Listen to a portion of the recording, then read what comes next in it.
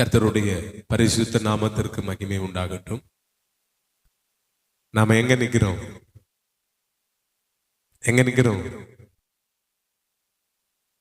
ஜென்ம சரீரத்துல நிக்கிறோமோ? இல்ல, அதை தாண்டி ஆவிக்குரிய சரீரத்துக்குள்ள நம்ம என்ன செய்தோம்?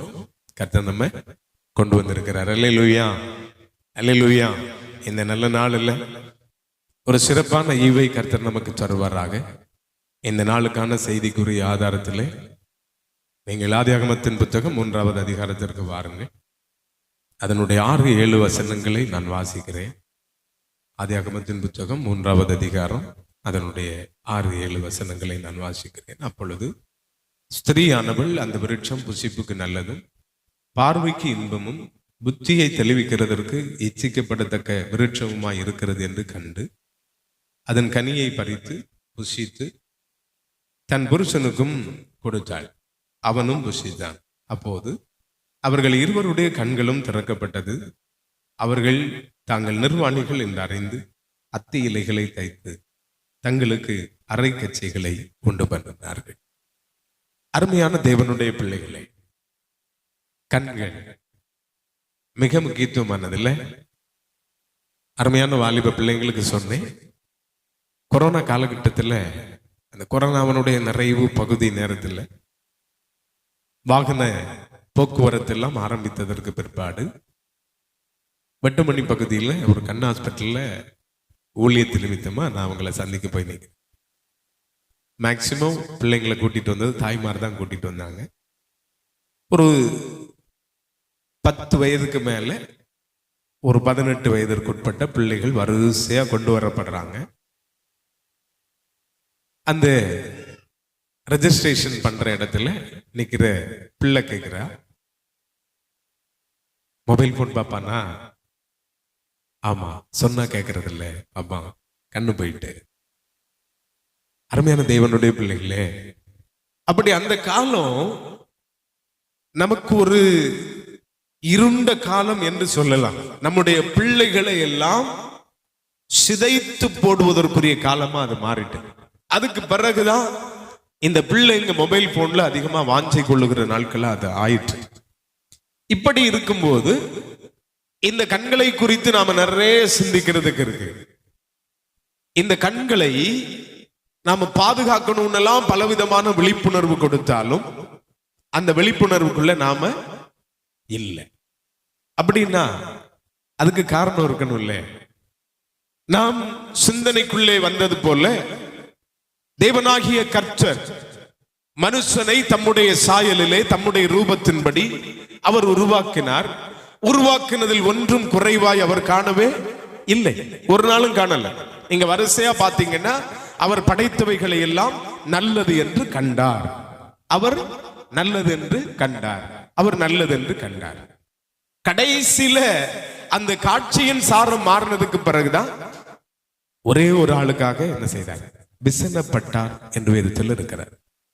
அருமையானவர்களே, அவர் அவிதமாய் சகலமும் அவருடைய படைப்புக்குள் நன்மையானதாகவே அவர் கண்டுகொண்டார், நன்மையானதாகவே படைத்தார். இந்த படைப்பின் பின்னணியத்தினுடைய சாரத்திலே மனிதனை படைத்ததற்கு பிற்பாடு வாக்குத்தத்தம் இதெல்லாம் நாம சிந்திச்சோம். நான் ஒரு முன்னுரை அடிப்படையா அதை சொல்றேன். வாக்குத்தத்தத்தின் பின்னணியத்தோடு வழி நடந்த ஆதாமுக்குள்ளும் ஏவாளுக்குள்ளும் பிசாசின் கிரியை, சர்ப்பத்தின் ஆவி வெளிப்பட்டது நிமித்தமா பாவத்திற்குள்ளாய் மாறுகிற ஒரு நிலை. இந்த நிலைப்பாட்டிலே சர்ப்பமானது கொடுத்த வாக்குறுதி என்ன என்றா, இதை பறித்து புசிக்கிற நாளில் உங்கள் கண்கள் திறக்கப்படும், நீங்க யாரை போல இருப்பீங்க? தேவனை போல இருப்பீங்கன்னு சொல்லிட்டு இந்த வார்த்தையின் சாரத்தை உணர்ந்த இந்த ஏவாள், அதற்கு முன்னாக பார்வை இருந்ததா? அவளுக்கு இருந்ததா? இருந்து கண் இருந்ததா? இருந்து. கர்த்தர் படைச்சாரா? படைச்சதுல கண் உண்டா? உண்டு. பார்க்கக்கூடியது இருந்ததா? பார்க்கக்கூடியது இருந்தது. ஆனா இந்த சர்ப்பம் சொல்லுகிற நேரத்தில் பார்த்த இந்த பார்வையின் சாரத்தில் மாற்றம் உண்டாயிற்று. சர்ப்பம் சொன்னது பொய் ஒன்றும் சொல்லல, ஒரு உண்மையும் ஒரு பொய்யும். கண் திறக்கும்னு சொன்னது உண்மை, தேவர்களை போல மாறுவீங்கன்னு சொன்னதுல உண்மை இல்லை. அப்படி இந்த ஏவாள் 6வது வசனத்தில் பார்க்கும்போது அந்த விருட்சம் புசிப்புக்கு நல்லதும் பார்வைக்கு இன்பமும் புத்தியை தெளிவிக்கிறதற்கு இச்சிக்கப்படத்தக்க விருட்சமாய் இருக்கிறது என்று கண்டு. காண்கிற கண்களை தான் கர்த்தர் கொடுத்தார். பார்க்கக்கூடிய நிலை இருந்தது. ஆனா வாக்கு தத்தத்தை மீறுகிறதற்கு, உடன்படிக்கையை மீறுகிறதற்கு ஏவாள் தன்னை அர்ப்பணிக்கக்கூடிய ஒரு பார்வைக்குள்ளாக தள்ளப்பட்டாள். அந்த பார்வையின்படி ஏவாள் அகப்பட்டு கொண்ட போது கண்கள் திறந்தது. திறந்த போது அவங்க எப்படி இருந்தாங்க? நிர்வாணிகளா இருந்தாங்க. 2வது அதிகாரம் அதனுடைய 25வது வசனத்துக்கு வருவீங்கன்னா, ஆதாமும் அவன் மனைவியுமாகிய இருவரும் நிர்வாணிகளாக இருந்தும் என்ன செய்யல? வெட்கப்படலை. ஏன்? அருமையான தேவனுடைய பிள்ளைகளை நாம நிறைய கற்றுக்கொள்ளணும், நிறைய கற்றுக்கொள்ளணும். கிறிஸ்துவோடு கூட வாழுகிற வாழ்க்கைக்காக அதிகமாக நாம கற்றுக்கொள்ளணும். அதுவரையிலும் அவர்களுக்கு கண்கள் இருந்தது, அதுவரையிலும் அவர்கள் நிர்வாணிகளாக இருந்தார்கள், அவர்கள் வெட்கப்படாமல் இருந்தார்கள், அவர்கள் தேவனோடு கூட உடன்பட்டு பேசிக்கொண்டுதான் இருந்தார்கள், செயல்பாடுகளிலே பலவிதமாய் செயல்பட்டு கொண்டு தான் இருந்தார்கள். கண்கள் திறந்ததுக்கு பிறகு தாங்கள் நிர்வாணி என்று சொன்னது யார்? கர்த்தர் கேட்டார்ல, நீங்க நிர்வாணி என்று சொன்னது யார்? அருமையான தேவனுடைய பிள்ளைகளே, இந்த நிலைப்பாட்டிலே 2 விதமான கண்கள். ஆவிக்குரிய கண்களோடு படைக்கப்பட்ட மனிதன் மாம்சீக கண்களின் திறப்புக்காக ஏங்கி மாம்ச கண்கள் திறந்ததற்கு பிற்பாடு அவர்கள் கண்டது நிர்வாணம். இந்த பின்னணியத்தில் நம்முடைய வாழ்க்கையை சற்று நாம் ஆராயணும். எந்த அடிப்படையில் தங்களுக்கு தாங்களே அவர்கள் அத்தி இலைகளை தைத்து தங்கள் நிர்வாணத்தை மூடுகிறதற்கு முயன்றார்கள். ஆனா அது நிரந்தர மூடுதல் அல்ல. கர்த்தர் வந்து தோலுடைகளை உண்டு பண்ணி அவர்களுக்கு உடுத்து வைத்து கொடுத்தார். ஆனா இந்த கண்களை நாம் உணர்வது எப்படி? இந்த அடிப்படைக்குள்ள நாம வரணும். அருமையானவர்களே, நாம் பலவிதமாய் கூட்டத்துக்குள்ள வாழ்ந்துட்டு போறோம். சில நேரத்தில் கூட்டத்தோடு கூட்டம் வாழ்ந்துடுறோம், சில நேரத்தில் தனிப்பட்ட ரீதியாக வாழ்ந்து தேவனோடு இருக்க நினைக்கிறோம். சில சமயத்தில் நாமே தனிப்பட்ட ரீதியா யாருக்கும் தெரியாம நம்முடைய கண்களுக்குள்ளே அகப்பட்டு கொள்ளுகிறோம். இந்த நிலைப்பாடுகளுக்குள்ள பல இடங்களிலே சிக்கி தவிக்கிற நிலைப்பாடுகள் வருகிறது. எப்படி வருகிறது என்பதை நம்ம ஆழமா சிந்திக்கணும்னா, நீங்க அப்படி ஆதியாகமத்தின் புத்தகம் அதனுடைய 13வது அதிகாரத்திற்கு வாருங்க. நான் இதை விளக்கி சொல்லுவதற்காக அந்த பகுதியை நான் தெரிவு செய்கிறேன். 13வது அதிகாரத்திற்கு வாருங்க. அந்த 13வது அதிகாரத்தில் ஆபிரகாமினுடைய வாழ்க்கை நிலையின் சாரம் இருக்கிறது. இங்கு அருமையான ஆபிரகாம் தேவனுடைய வாக்கு தத்தத்தின்படி அவன் தன்னுடைய இனத்தையும் ஜாதியையும் வீட்டையும் விட்டு வெளியேறி தேவன் காண்பிக்கிற தேசத்திலே அவன் குடியேறுகிறான். ஆனால் தன்னுடைய உடன் பிறந்த சகோதரனுடைய மகனான லோத்துவை கூட கூட்டிக் கொண்டு போனார். இந்த முதற் பகுதியிலே சொல்லப்படும் போது ஆபிரகாமையும் கர்த்தர் ஆசீர்வதித்தார், லோத்துவையும் கர்த்தர் ஆசீர்வதித்தார். அவர்களுக்கு திரளான ஆடு மாடுகள் மந்தைகள் உருவாயிற்று. பூமி அதை தாங்கக்கூடாத அளவிற்கு அவர்கள் என்ன செய்தாச்சு? பெருகியாச்சு. இந்த சூழ்நிலையிலே ஆபிரகாமின் மந்தை மேய்ப்பர்களுக்கும் லோத்துவின் மந்தை மேய்ப்பர்களுக்கும் வாக்குவாதம், சண்டை உருவாகுது. இந்த சண்டை உருவாகிற நேரத்தில் ஆபிரகாம் லோத்துவை கூப்பிட்டு, இந்த தேசம் விசாலமாய் இருக்கிறது, இப்படி நாம் சண்டை போட்டுக் கொள்வது நல்லதல்ல. நாம் என்ன செய்தலாம்? பிரிந்துடலாம். நீ வலதுபுறம் போனா நான் இடதுபுறம் போறேன், நீ இடதுபுறம் போனா நான் வலதுபுறம் போறேன் அப்படின்னு சொல்லி உடன்பாடு உருவாக்குறாங்க. இந்த நேரத்திலே தான் நீங்கள் இந்த 10வது வசனத்திற்கு வாருங்கள். வேண்டாமா, வாசிக்க வேண்டாம். 10வது வசனம், 13வது அதிகாரம், ஆதியாகமம் 13வது அதிகாரம் 10வது வசனம். அங்கே லோத்து தன் கண்களை ஏறெடுத்து பார்த்தான். புரியுதா? புரிஞ்சுதா? தன் கண்களை அவன் ஏறெடுத்து பார்க்கிறான். பிரிந்து போக வேண்டும் என்கிற நிச்சயம் வந்தாயிற்று.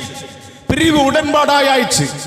இந்த உடன்பாடை நிறைவேற்றுகிறதற்காக தன் கண்களை அவன் ஏறெடுத்து பார்த்தான். அவனுடைய கண்களுக்கு தெரிந்தது என்ன? பின்வருகிற பகுதி சொல்லுகிறது. யோர்தான் நதிக்கு அருகான சமபூமி முழுவதும் நீர்வளம் பொருந்தினதாயிருக்க கண்டான். கர்த்தர் சோதோமையும் கொமோராவையும் அழிக்கும் முன்னே சோவாருக்கு போம் வழி மட்டும் அது கர்த்தருடைய தோட்டத்தை போலவும் எகிப்து தேசத்தை போலவும் இருந்தது. அருமையானவர்களே, சுய கண்கள் அல்லது மாமிச கண்கள் பார்க்கிற பார்வையின் சாரம். நம்முடைய வாழ்க்கையில் இதை சிந்திக்கணும். செழிப்பான ஒரு இடம் கண்ணுக்கு தென்படுகிறது. அந்த செழிப்பான இடத்தை பார்க்கும் போது அது ஒரு பெரிய தேசம்.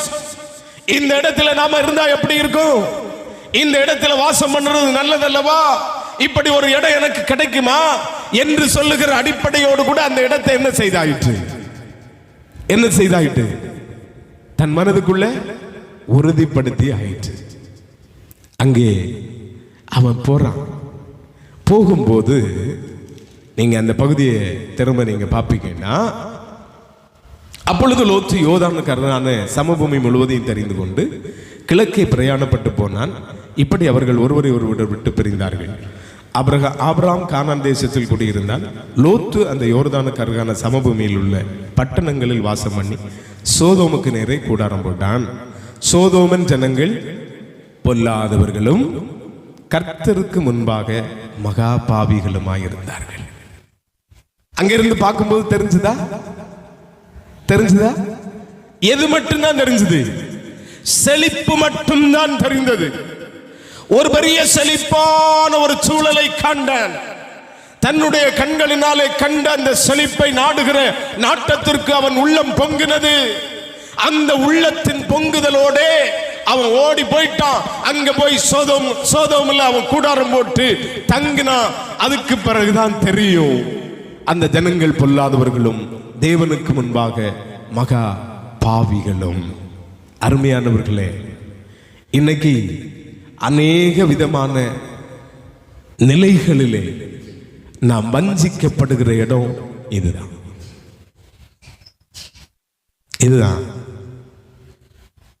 இன்னைக்கு தயவு செய்து தப்பா நீங்க யாரும் நினைக்காதீங்க. நம்முடைய வாலிப தம்பிமார் ஒரு பைக்கை ஒரு தம்பி இடத்துல பார்த்தா இதுதான் எனக்கு வேணும், இதுதான் எனக்கு வேணும். அருமையானவர்களே, நீங்க அத்தானுக்காக ஜெபம் பண்ணிட்டு இருக்கிறீங்க. அவங்க இப்ப ஒரு பிசியோ ஹாஸ்பிட்டல்ல அவங்க அட்மிட்டா இருக்காங்க. 20 வயது, 22 வயது, 25 வயது தம்பிமார் படுகிற இன்னல்களை பார்ப்பீங்கன்னா அவ்வளவு கொடுமையா இருக்கும். என்ன காரணம்னு கேட்டா, இந்த பைக்கு தான் வேணும்னு கேட்டா வாங்கி கொடுத்தோம். அது இப்படி ஆக்குனா அங்க போயிரும். தம்பிமாருக்கு அது தெரியுமானா தெரியும். ஆனா அதை போல இருக்கணும். வேண்டாம். அடுத்த பகுதியில் நான் உங்களுக்கு விளக்கம் தர்றேன். அருமையான பிள்ளைகளே, கண்களுக்கு இச்சிக்கத்தக்கதாக இருக்கிறவைகளுக்குள்ளே கேடு என்பது இருக்கிறது என்பதை மறந்து போக வேண்டாம். நான் சொல்லியிருக்கிற ஒரு சகோதரியை குறித்து, அவருடைய மகளுக்கு ஒரு திருமணம் பார்க்கணும். ஒரு மனிதருக்கு தீர்க்க தரிசனம் கிடைத்தது. அதே தீர்க்க தரிசனம் அவருடைய மனைவிக்கு கிடைத்தது. இவர்களுடைய மகளை தங்கள் மகனுக்கு பெண்ணா மாற்றணும் அப்படிங்கிற தரிசனம். அந்த சகோதரி இடத்துல கேட்டேன், அக்கா ஜெபம் பண்ணீங்களா? அந்த அக்கா என்ன கேட்டாங்கன்னா, இந்த குடும்பத்தில் நம்ம பிள்ளைய கொடுக்கறதுக்கு என்ன தகுதி தம்பி இருக்கு? புரிஞ்சுதா? இந்த குடும்பத்தில் நம்ம பிள்ளைய கொடுக்கறதுக்கு என்ன தகுதி இருக்கு? ஒரே பார்வை மட்டும்தான். தடபுடா கல்யாணம் எல்லாம் முடிஞ்சிட்டு அந்த பிள்ளை அனுபவித்த கொடுமை கொஞ்சம் நஞ்சம் அல்ல. கர்த்தருடைய கிருபையினால அந்த பிள்ளை அவளாகவே அந்த வாழ்க்கையை பிரிந்து வெளியே வரக்கூடிய சூழ்நிலை உண்டாயிற்று. என்னன்னா, இங்கே பார்த்த பார்வை வேறு, வெளிநாட்டில் அந்த தம்பி இருந்த இடத்துல இருந்த பார்வை வேறு. அவன் அங்கே குடும்பமாகி இருக்கிறான், தெரியாது. அங்க அவனுக்கு ஒரு குடும்பம் இருக்கு. இந்த பிள்ளையை கூட்டிட்டு போய் சொல்லி இருக்கிறான், அப்பா அம்மாவுக்காக ஒன்ன கல்யாணம் பண்ணினேன். அருமையான தேவனுடைய பிள்ளையே, வெளிப்படையான தோற்றத்தின்படி அல்ல வாழ்க்கை. நிச்சயித்துக் கொள்ளுங்க, நம்முடைய வாழ்க்கையில இன்பமான பார்வையாக தோன்றுகிற அவைகளுக்குள்ளே கேடுபாடு உண்டு என்பதை மறந்து போக வேண்டாம். வாழ்க்கையில நாம மறக்க கூடாது. அங்க போகும்போதுதான் தெரிந்தது, லோத்துவுக்கு மாற்றமில்லாத, மாற்ற முடியாத அளவிற்கு அவைகளுக்குள் அகப்பட்டு கொண்டு விட்டான். இன்னைக்கு அப்படிதான் நாமும் சில இடங்கள்ல போயிருக்கோம். அருமையானவர்களே, அதான் இப்படிப்பட்ட ஒரு வேதனையில் இருக்கிறாங்க. அருமையான ஒரு சகோதரி ஒரு ஊழியக்காரிடத்தில் ஜபக்குறிப்பு சொல்லி இருக்கிறாங்க. அந்த ஊழியக்காரர் சொல்லி இருக்கிறார், 2 ஜபக்குறிப்பு சொல்லி அவங்க நம்ம சர்ச்சுக்கு வரல, அதனால இந்த ஜபக்குறிப்பு என்ன அது இருக்கட்டும். அப்படி இல்லைம்மா, அப்படி இல்லை வாழ்க்கை. உங்களுக்காக என் பட்சத்தில் வரணுங்கிறதுக்காக இல்ல ஜபம். இவைகளெல்லாம் நம்முடைய கண்களினால் காண்கின்ற ஒரு கட்டமைப்பை உருவாக்குவதற்கான வழிமுறைகள். வேண்டாம், அவைகளுக்குள்ளே கேடு உண்டு. இந்த உலகத்தில் எவ்வளவு ஐஸ்வர்ய சம்பன்னர்களா இருந்தாலும் வீழ்ச்சிக்குரிய வழியாகத்தான் இன்பமானவைகளை பார்க்கிற பார்வை இருக்கும். அது மாமிசத்தின் கண்களாக தான் இருக்கும். இச்சிக்காத, இச்சிக்காத. பார்த்த உடனே இது நல்லா இருக்குல்ல, இது வேணும் அப்படின்னா அதுதான் இச்சை. ஒரு சகோதரி கட்டி கொண்டு போகிற இந்த சேலை நல்லா இருக்கு, இதே தான் எனக்கு வேணும் அப்படின்னு தேடி திரிவது இச்சையின் வெளிப்பாடு. வேண்டாம், இந்த மாதிரி அந்த மனுஷன் இதை பண்ணிட்டான், அதே மாதிரி தான் எனக்கு வேணும். வேண்டாம். ஆனா எப்படி வேணும் அப்படின்னா, நீங்க வருவீங்கன்னா 14வது வசனத்துக்கு வாருங்க. ஆதியாகமம் 13:14 வாருங்க. லோத்து ஆபிரகாமை விட்டு பிரிந்த பின்பு கர்த்தர் ஆபிரகாமை நோக்கி, உன் கண்களை ஏறெடு. புரிஞ்சுதா? ஐயா, ஆபிரகாமோடு இருந்த லோத்துவுக்கு தேவ சமூகத்து உறவு உண்டோ என்றால் உண்டு. ஆனா தன்னுடைய கண்கள் நெருக்க பார்ப்பதற்கு அவன் இடம் கொடுத்து விட்டான். ஆபிரகாமோ தேவ சமூகத்தில் இருக்கிற ஒரு மனிதன். கர்த்தருடைய வார்த்தை வருகிறது, நீ கண்களை ஏறெடுத்து பார். அந்த வார்த்தை எப்படி வருங்கிறத பின்னால நாம சிந்திக்கணும். அந்த வார்த்தையின் சாரத்திற்கு அவன் உடன்பட வேண்டும். அருமையானவர்களே, அடுத்து சொல்லுகிறார், ஆபிரகாமே, இந்த தேசத்தினுடைய 4 திசைகளையும் நீ என்ன செய்? உன் கண்களை ஏறெடுத்து பார். கிழக்க பார், மேற்க பார், வடக்க பார், தெற்கே பார் என்று சொல்றார்.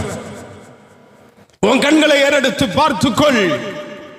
பார்க்க சொல்லிட்டு சொல்றார், இதெல்லாம் உனக்கு என்ன செய்வேன்? தருவேன். இந்த பூமியிலே தூசிகளை எண்ண கூடுமானால் உன்னுடைய தனத்தை எண்ணக்கூடும், ஆசீர்வதிப்பேன் சொல்றார். அருமையானவர்களே, கர்த்தருடைய பாதத்தில் காத்திருந்து என் வாழ்க்கைக்கானது என்னன்னு எத்தனை நேரம் நாம சிந்திக்கிறோம்? இல்லை, நிறைய நேரத்தில் நாம பண்றது இல்லை. செழிப்பான தோற்றம் கண்டுவிட்டால் அது கூடவே என்ன செய்யறோம்? போயிடுறோம்ல. இந்த நாட்கள்ல நான் ஒரு சொன்ன ஐக்கியத்தில் இருந்த போது அந்த ஐக்கியத்தின் முன்னணியத்தில் நிறைய கூடுகைகள் நடத்துவோம். என்னுடைய நிலையில எனக்கு ஜெபத்தின் மேல அதிக வாஞ்சி. ஜெபக்கூடுகைகளை நடத்துகிறதற்காக அறிவிப்பு கொடுத்து ஜெபக்கூடுகைகளை நடத்துறதுக்கு முன் வந்தா விரல் விட்டு எண்ணக்கூடியவங்க தான் என்ன செய்வாங்க, வருவாங்க. அதுவும் யார் வருவாங்க? குனிஞ்சு நடக்கிற பாட்டிமாரும் குனிஞ்சு நடக்கிற தாத்தாமாரிலையும் 10 பேர் இருப்பாங்க. காரணம் என்ன? காரணம் என்ன? ஏன் மனம் விரும்புகிறபடியான நிலைகளிலான வார்த்தைகளினால் நான் நிறைந்து போக முடியாது. கர்த்தருடைய சமூகத்தில் ஜெபிக்கிறதனுடைய அடிப்படையில் இருக்கிற ஆசீர்வாதம் எது என்று உணராததினாலே மக்கள் அதை வெறுக்கிறார்கள்.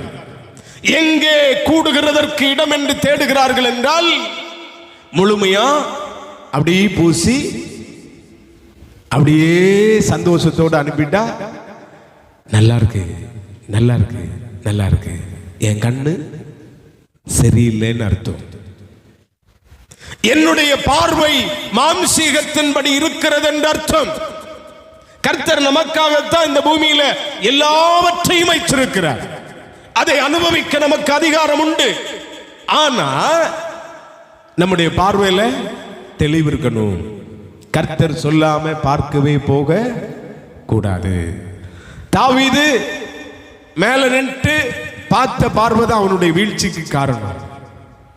கண்ணின் இச்சைகளுக்குள்ள போகிறதற்கு ஒரு பார்வை போதும் பிரியமானவர்களே, ஒரு பார்வை போதும்.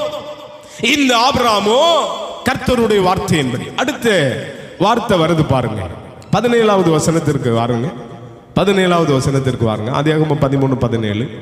நீ எழுந்து தேசத்தின் நீளம் அகலமும் அம்மட்டும் நடந்து திரி, உனக்கு அதை தருவேன். அல்லேலூயா. ஐயா அப்படியே வச்சிருக்கிற தூக்கிட்டு போன்னு சொல்லவே இல்லை. இப்ப பிராக்டிஸ் வேணும். என்னுடைய கிரியை தேவை, என்னுடைய கிரியை தேவை. ஏதோ ஒருவனுடையதை எடுத்து நான் வந்து சுகமா இருக்கலாம் கிடையாது. கர்த்தர் என்ன சொல்றாரு? நீ உழைக்கணும்பா.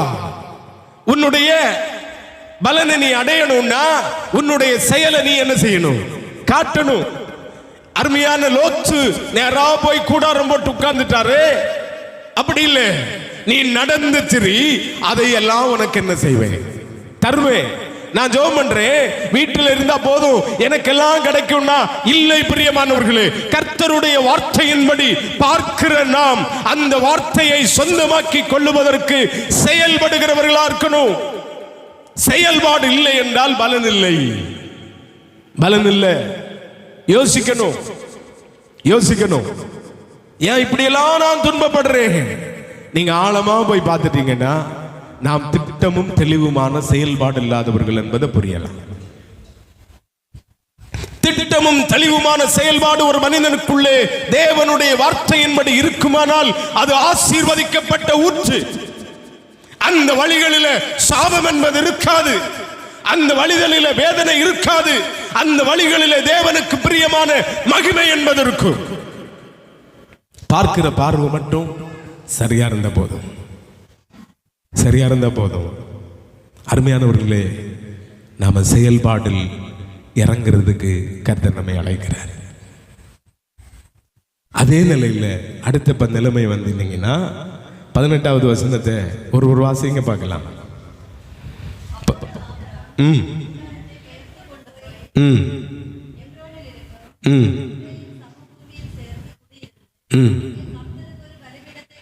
அல்லேலூயா, அல்லேலூயா, அல்லேலூயா. என்ன நடந்தது? கர்த்தர் பார்க்க சொன்னார், கண்ணேறிட்டு பார்த்தார், 4 திசையையும் பார்த்தார். அதற்கு பின்பு அவர் செயல்பட சொல்லுகிறார். செயல்பட்டார். அவர் கூடாரத்தை போட்டு முதலாவது செய்தது என்ன? கர்த்தருக்கு ஒரு பலிபீடத்தை கட்டினார். அருமையான தேவனுடைய பிள்ளைகளே, நம்முடைய வாழ்க்கையில இந்த பார்வையின் நிறைவு வருவதற்கு அவருக்கு மகிமை செலுத்துகிற அனுபவம் வேணும். அல்லேலூயா, அல்லேலூயா. நான் திரும்ப திரும்ப சொல்லுவேன், இன்னைக்கு அநேகரை வஞ்சிப்பது என்பது தேவனை மகிமைப்படுத்த வேண்டிய அவசியம் இல்லை.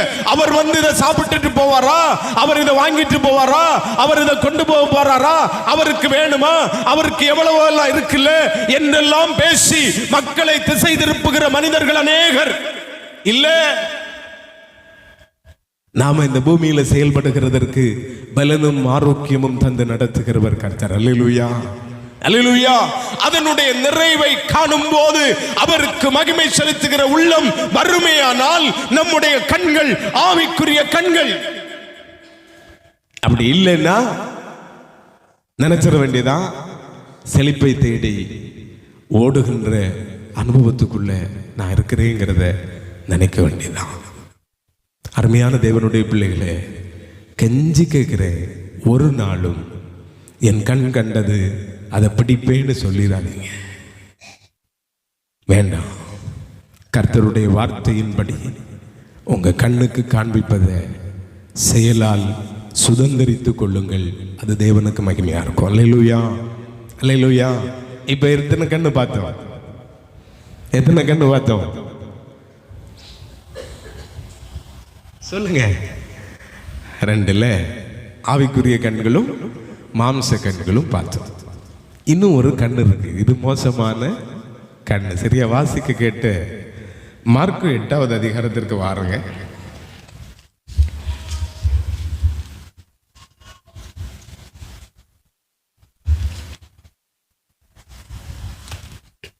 மார்க்கு 8வது அதிகாரத்தினுடைய அந்த 22 முதல் 26 வசனங்கள் அடங்கிய அந்த பகுதியில் ஒரு காரியம் சொல்லப்பட்டிருக்கிறது.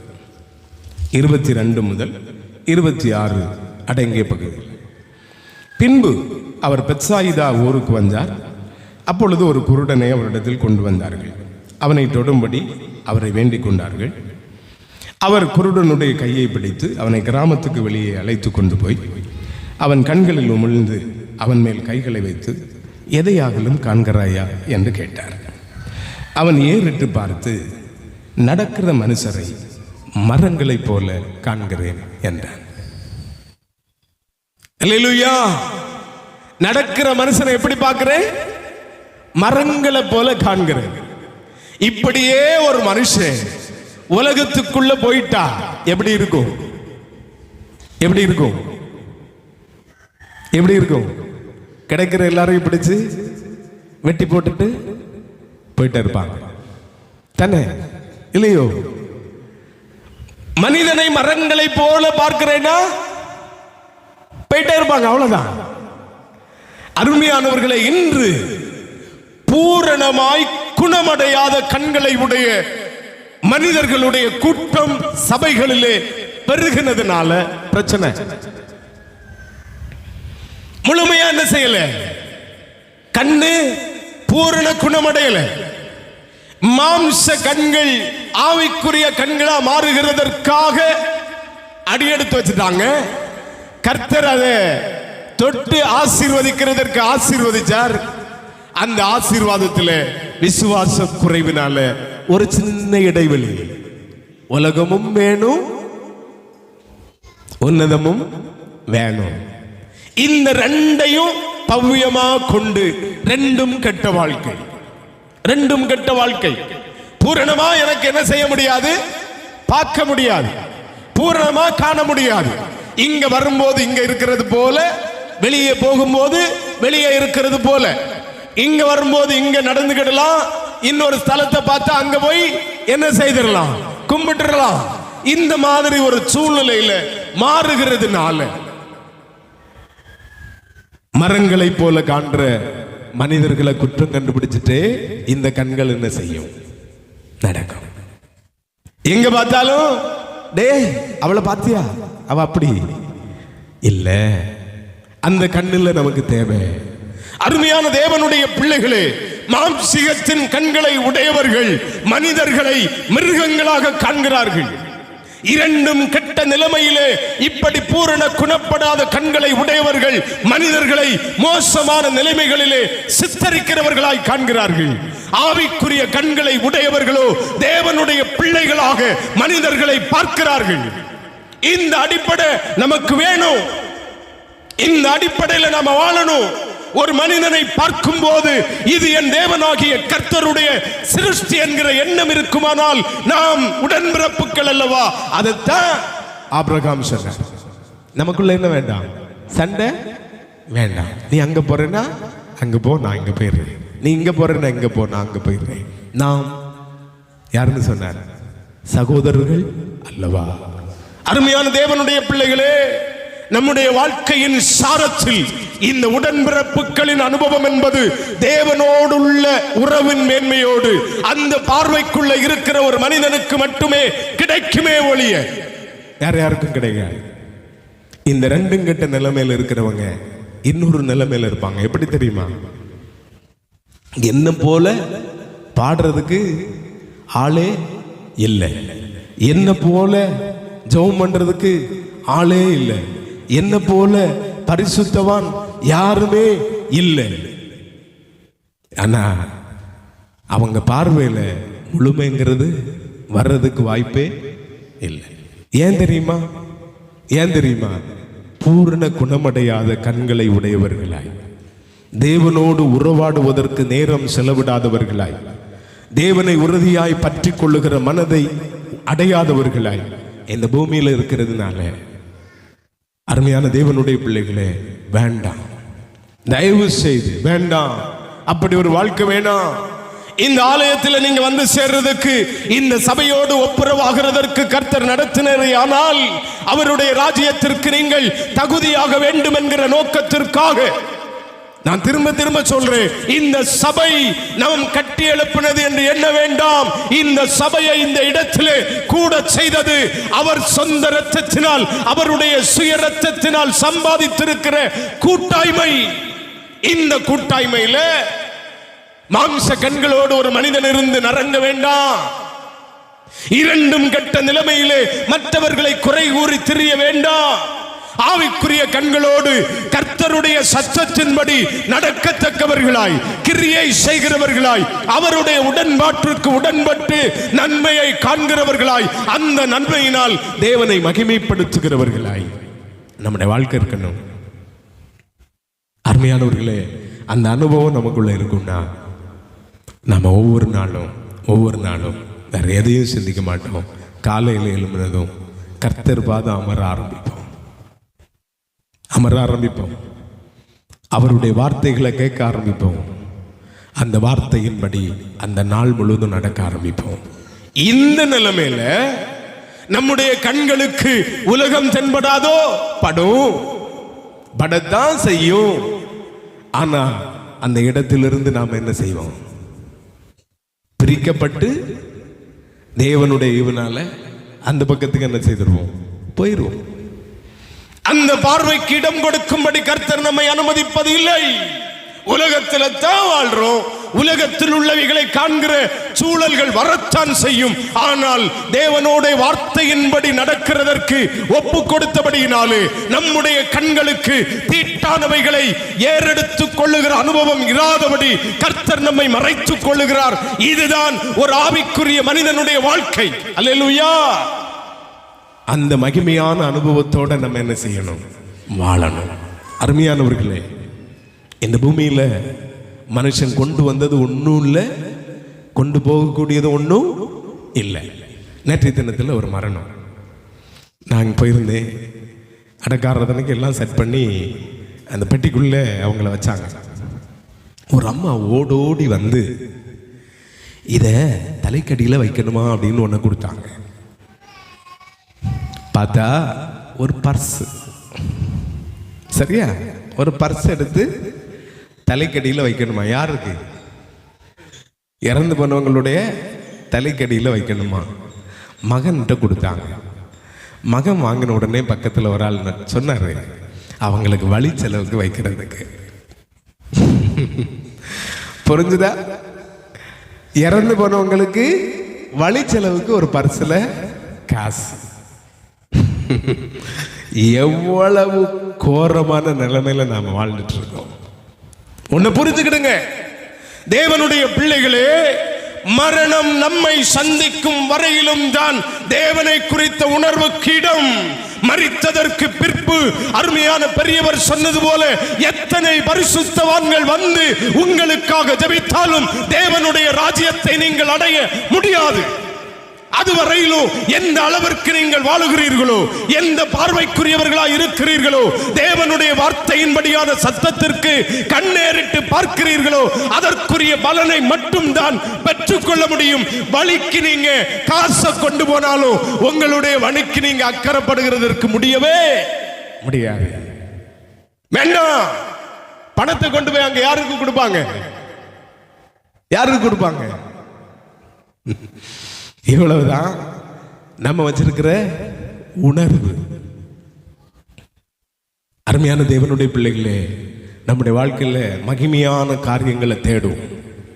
அதை கர்த்தருடைய வார்த்தையின்படி தேடுவோம். ஆவிக்குரிய கண்களோடு தேடுவோம். தேவனுக்கு மகிமை செலுத்துகிறவர்களா நாம மாறுவோம். இந்த மாற்றம் நமக்கு இருந்தா போதும். தெய்வ சமூகத்தில் எல்லாரும் எழுந்து நிற்கலாமா? கர்த்தருடைய பாதத்தில். Thank you Lord Jesus. எல்லாரும் நன்றி ஆண்டவரே. இந்த நல்ல நேரத்தில் எல்லாரும் ஒருகணும். நம்முடைய கண்களை எவ்விதமானது என்பதை ஆராய்வதற்கு ஒரு நேரம் கர்த்தர் நமக்கு தந்தார். லோத்துனுடைய வாழ்க்கையில் இருந்த கண்கள் அது சுயமாய் ஏறிட்டு பார்த்தது, செழிப்பை கண்டது, ஓடோடி போனது. போனதற்கு பின்பு பாவம் நிறைந்த மகாஸ்தலம் என்று கண்டது. ஆபிரகாம் தேவனிடத்திலே கண்ணீர் வடித்து கெஞ்சி கேட்டதுனால அந்த ஆத்துமா விடுவிக்கப்பட்டது. ஆபிரகாமோ ஒன்றும் தெரியாத ஒரு பிள்ளைய போல கர்த்தரிடத்தில் நிற்கும் போது கர்த்தர் சொன்னார், இப்ப நீ கிழக்கும் மேற்கும் வடக்கும் தெற்கும் உன் கண்களை ஏறெடுத்து பாருப்பா, உனக்கு நான் தருவேன். அதை பெற்றுக்கொள்ளும்படிக்கு உன் கண் பார்க்கிற தூரம் எவ்வளவோ அவ்வளவு தூரத்திற்கும் நீ நடந்து திரி, அதை உனக்கு தருவேன். நடந்து திரிந்தவனுக்கு அவர் கொடுத்தார். கொடுத்த போது அங்கே அவன் கர்த்தருக்கு ஒரு ஆராதனை ஸ்தலத்தை, பலிபீடத்தை அவன் கட்டினான். நானும் நீங்களும் எப்படிப்பட்டவங்களா இருக்கிறோம்? இந்த ரெண்டையும் எனக்கு வேண்டாம்னு சொல்லிட்டு ஏதோ ஒரு நிலைமையில மனமாற்றம் அடைந்து ஆலயத்துக்குள்ள வந்தேன், சபைக்குள்ள அகப்பட்டுட்டேன். இந்த நேரத்தில் அங்க அவங்க என்ன பண்றாங்க, இவங்க என்ன பண்றாங்க, அவங்க அப்படி இவங்க இப்படின்னெல்லாம் நினைச்சு என்னை தானே பெரிய லெவலில் நான் நினைச்சிட்டு இருக்கிற ஒரு இரண்டும் கெட்ட பூரணப்பட்டு குணமடையாத ஒரு விசுவாசியா நான் இருக்கிறேனா என்கிறத சற்று ஆராய்ந்து பாருங்க. இந்த 3 நிலைமைகளிலேயும் ஆபிரகாமை போல நம்முடைய வாழ்க்கை மாறும்படிக்கு கர்த்தருடைய சமூகத்தில் இந்த நல்ல நேரத்தில் நம்ம அர்ப்பணிக்கணும். என் ஒவ்வொரு நாளும் அதிகாலை நேரம் உம்முடைய பாதத்தில் முழங்காற்படியிட்டு நிற்பேப்பா. அந்தந்த நாளுக்கு அதனதன் பாடு போதும் என்று சொன்ன அந்த உன்னத வார்த்தையின் அடிப்படையில் அந்த நாள் காலையில் நீர் என்னோடு பேசும் வார்த்தைகளுக்கு இணங்க அந்த நாள் முழுவதும் நான் நடந்து அந்த நாளில் நான் உமக்கு மகிமை செலுத்துகிற ஒரு அனுபவத்தை எனக்கு தாருன்னு கேட்கிறவங்க, உங்கள் கண்களை ஏறெடுத்து கர்த்தருடைய சமூகத்திற்கு நேராய் திருப்புங்க. தேவனுடைய மகிமையான கிருபை பெருகும்படி கர்த்தர் நம்மை நடத்துவார், செயல்பட வைப்பார், அவருக்கு மகிமைக்கான வாழ்க்கையை நமக்கு தருவார். கேளுங்க கர்த்தரிடத்துல, என் மூச்சிருக்கும் காலம் வரையிலும் ஆவிக்குரிய கண்களோடு உம்முடைய சத்தத்தின்படி தேவனுக்கு மகிமையான வாழ்க்கை வாழுவேன். ஆண்டவரே, உம்மை மகிமைப்படுத்தும் கிருபையை எனக்கு தாரும் என்று சொல்லுகிற கேள்வியோடு கர்த்தரிடத்தில் நிற்கிற நீங்கள் பாக்கியவான்கள். தேவனுடைய ராஜ்யத்திற்கு தகுதியாய் மாற தேவன் ஒவ்வொருவரையும் வழி நடத்துவார். கர்த்தருடைய சமூகத்தில் கேளுங்க. Thank you Lord Jesus. நன்றி ஆண்டவரே, நன்றி தகப்பனே.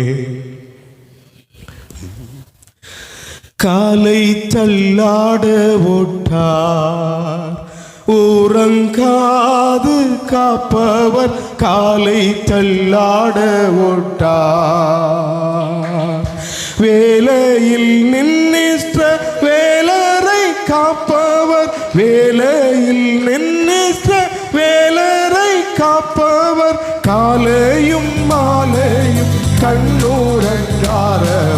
கண்களை ஏறெடுப்பே.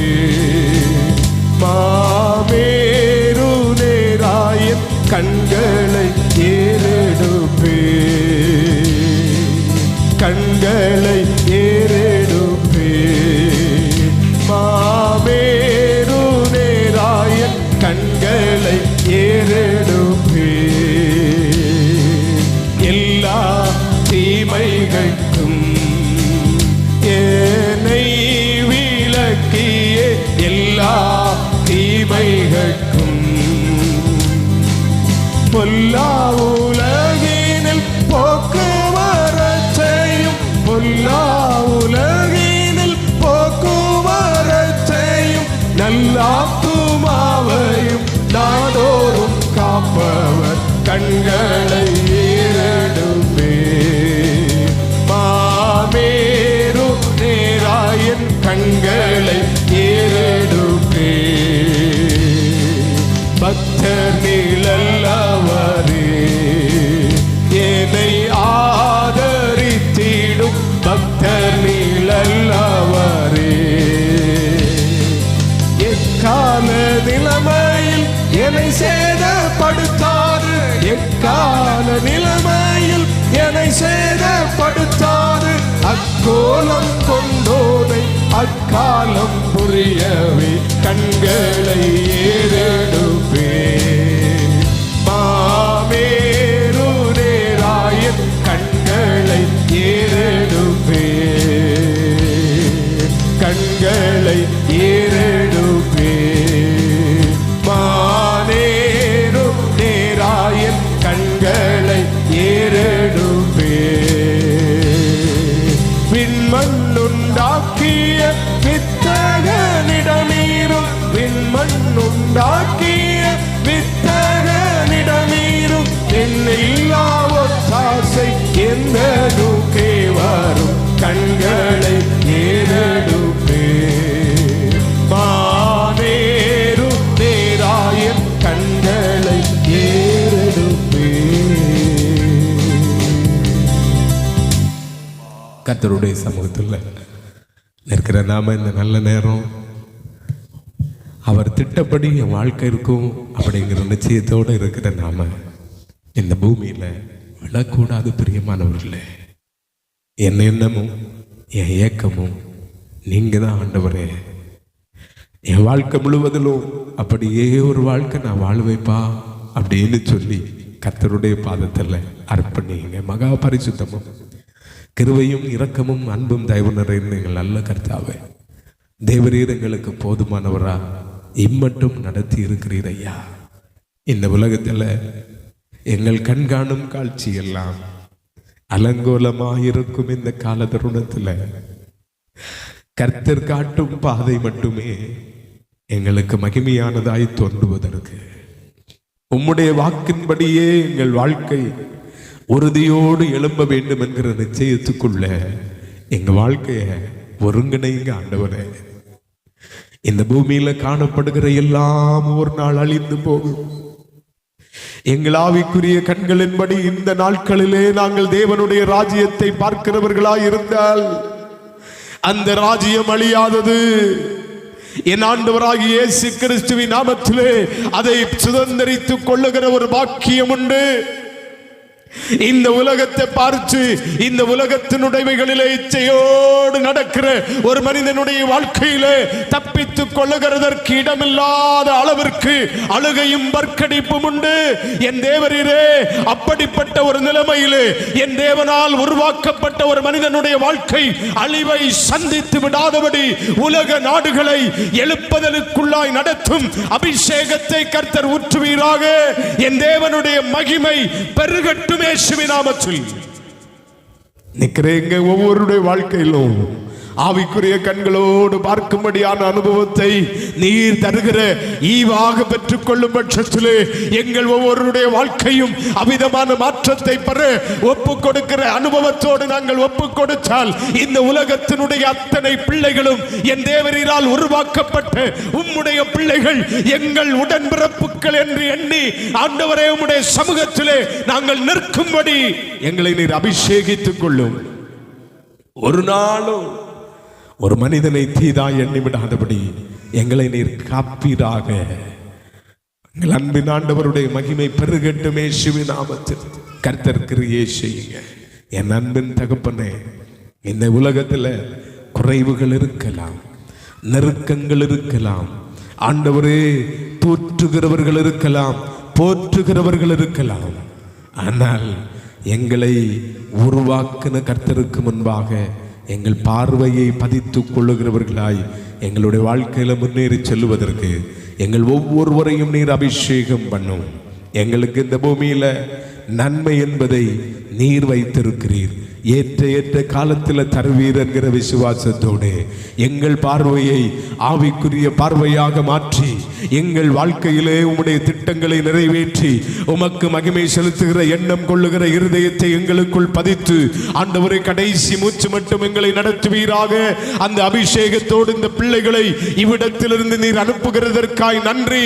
எந்த கால சூழ்நிலையிலும் இந்த உலகத்தின் இச்சைக்குரிய நன்மைகளுக்காக ஏங்குகிற ஏக்கமுள்ள இருதயம் ஒருவருக்கும் இராதபடி என் தேவனுடைய திட்டத்தின்படியாக நடந்து கொள்வதற்குரிய இருதயத்தையும் ஆவிக்குரிய கண்களையும் கர்த்தர் கொடுத்து அனுப்பும். உம்முடைய நாமம் மகிமைப்படுவதாக ஆண்டவரே. தெய்வீக அபிஷேகத்தோடு நடத்துகிறதற்காய் ஸ்தோத்திரம். அருமையான ஐயாவுக்காக நன்றி செலுத்துகிறோம். கர்த்தருடைய கிருபை இருக்கட்டும் ஐயா. ஜனங்களை உம்முடைய அன்புக்கு பாத்திரமா நடத்தும் ஆவிக்குரிய அபிஷேகத்திற்குள்ளே அவர்களை நடத்துகிறீர். நன்றியோடு கூட உம்மை துதிக்கிறோம். வருகிற நாட்களிலே நடைபெறுகிற ஆண்டவரே அந்த சிறப்பு ஆராதனையிலே தேவரீர் மகிமைப்படுகிறதற்காக நாங்கள் உம்மை ஸ்தோத்திரிக்கிறோம். உம்முடைய அபிஷேகத்தோடு கர்த்தர் நடத்துகிறதற்காக உம்மை ஸ்தோத்திரிக்கிறோம். தெய்வீக கிருபை பெருகும்படி கர்த்தர் இந்த ஆராதனையை நீர் பொறுப்பேற்றுக் கொள்ளும். கர்த்தர் பெரிய காரியங்களை செய்யுங்க. அருமையான ஆண்டவரே, அன்பையாவுடைய குடும்பத்தை கர்த்தர் ஆசீர்வதியும். அன்பு தாயாரோடு உம்முடைய கிருபை அதிகமா தங்கி இருக்கட்டும். அவர்களை பலப்படுத்துங்க. கர்த்தருடைய ஆசீர்வாதம் நிரம்பட்டும்.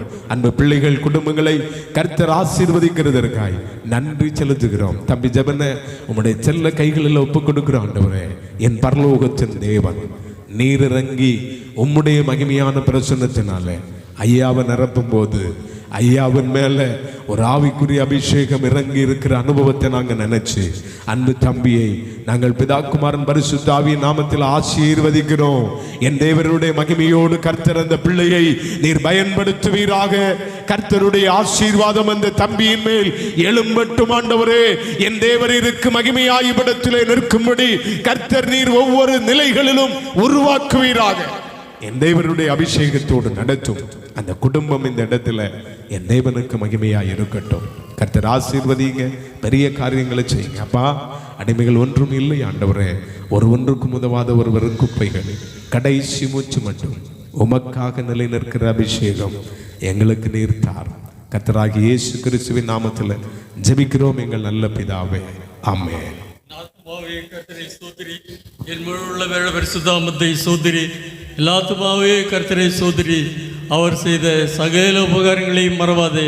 ஆமேன்.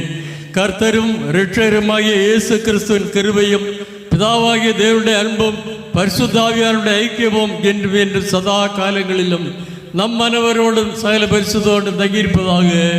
ஆமேன்.